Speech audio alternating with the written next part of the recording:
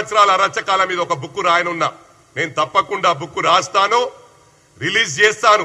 ఎందుకంటే ఇట్లా ప్రెస్ మీట్లు పెట్టి మేము మీ కౌంటర్లు ఇచ్చుకుంటా పోతే మా టైం అంతా బర్బాద్ అవుతుంది.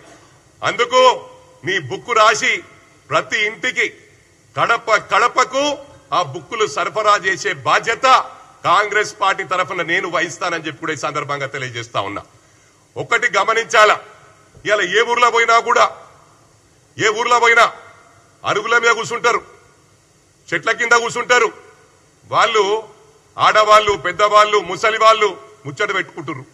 అరే కేటీఆర్ గిట్లా చేసినాడు, భార్యాభర్తలను విడదీసినాడు, ఫోన్లలో విన్నాడు అందరి మాటలు, ఎన్నో కుటుంబాలు నాశనమైనాయంట కదా, హీరోయిన్ల బతుకులు ఆగమైనాయంట కదా అని.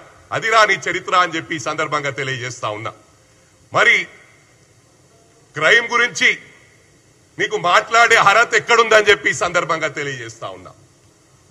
కరీంనగర్ జిల్లాకు సంబంధించిన మంత్రి ఉన్నప్పుడే ఆయాల మంత్రికి సంబంధించిన బ్రాహ్మణ కుటుంబం భార్య భర్తలను మిట్ట మధ్యాహ్నం నరికి చంపిన ఘనత మీ పార్టీకి దక్కిందని చెప్పి సందర్భంగా తెలియజేస్తా ఉన్నా. మరి ఆ రోజు ప్రవాళిక యూపీఎస్సీ ఎగ్జామ్స్ కు ప్రిపేర్ అయి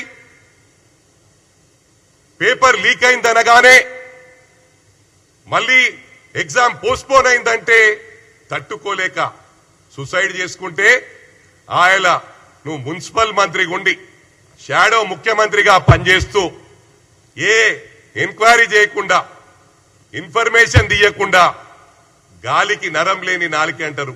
ఇప్పుడు కూడా వెధవలాగానే మాట్లాడుతున్నావు, ఆ రోజు కూడా వెధవలాగానే ప్రవర్తించినావు. ఏమన్నావు? ఆయన లవ్ అఫేర్ ఏమో సూసైడ్ చేసుకుందన్నావు.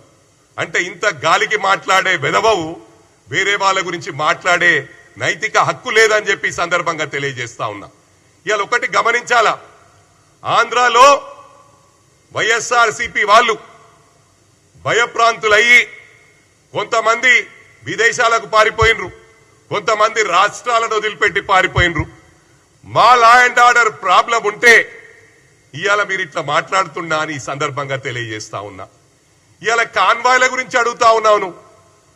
అరే అవులా, నువ్వు అవులా కానివిరా, మా ముఖ్యమంత్రి గౌరవ ముఖ్యమంత్రి మాట్లాడే గురించి అర్హత లేదు నీకు. ఆ రోజు మీరు టిఆర్ఎస్ ను తెలంగాణ రాష్ట్రం రాగానే తెలంగాణ సెంటిమెంట్ అయిపోయింది అనుకుని తెలంగాణ సెంటిమెంట్ ను పక్కకు పడేసి బీఆర్ఎస్ పార్టీ ఫామ్ చేసి అటు ఏపీలో పార్టీ ఫామ్ చేసిరు. చంద్రశేఖర్ గారిని రాష్ట్ర అధ్యక్షుని చేసిరు. ఇక్కడ మహారాష్ట్రకు మీ అయ్యకేం పనుడరా? మరి ట్రాఫిక్ ఇబ్బంది అవుతుందని తెలియదా? 2000 కార్లను తీసుకొని మహారాష్ట్రకు పోయిండు. అవసరం ఆరారా కేటీఆర్ అని చెప్పి ఈ సందర్భంగా తెలియజేస్తా ఉన్నా. ఏం మాట్లాడుతున్నావురా? ఈ హైడ్రా తెచ్చింది కూడా అది నీకే దక్కింది, ప్రారంభించిందే నువ్వురా. నన్ను అన్నావు రేపు మూసి పక్కకున్న ఇండ్లని గులగొడుతున్నాం, అప్పుడు నేను ఎమ్మెల్యేగా ఉన్నా.